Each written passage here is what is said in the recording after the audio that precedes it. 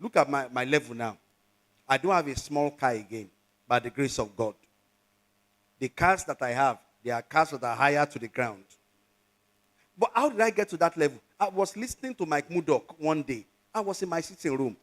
And Mike Murdoch was saying, have you ever given to God what will make you cry before? He was preaching it. And he now quoted Psalm, I think it was Psalm 126, that those that goes forth to plant their seed, crying. Look for it for me. I want us to see. I think either Psalm 126 verse 3. Can somebody check it for me? Let's see it. So, as Mike Murdoch was preaching it, that you go forth to plant your seed, weeping, we return with joy. And I said, Lord, the only thing we have is one Jeep. We have one car, red that time. And we agreed. The second day I came to church, I announced it on a Sunday morning.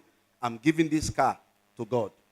Yes. He says, so those who plant their crops show us from the King James Version. King James Version will make it easier. He said, those who sow in tears shall what?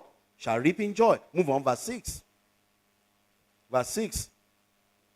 He who continually goes forth, doing what?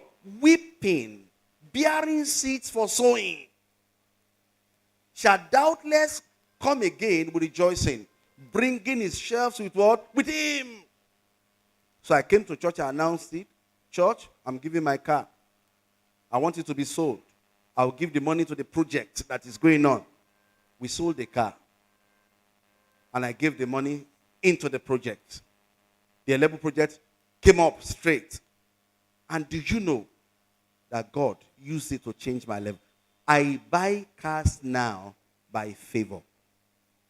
When I see a car of my desire and we go after it, it works by favor.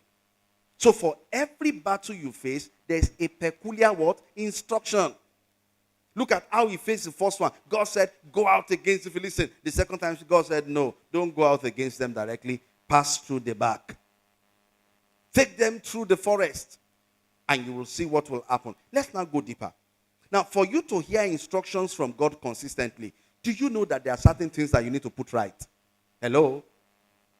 So many people have gotten to the point that they no longer hear God's voice.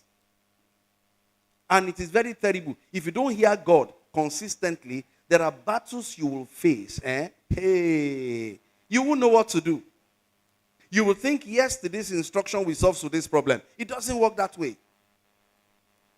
Now, let's go deeper. What can you do to remain active in your walk with God?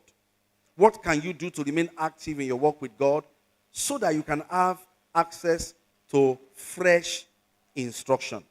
What can you do to remain active in your walk with God so as to receive fresh instruction from him? We put that in A, B, and C, then we start praying.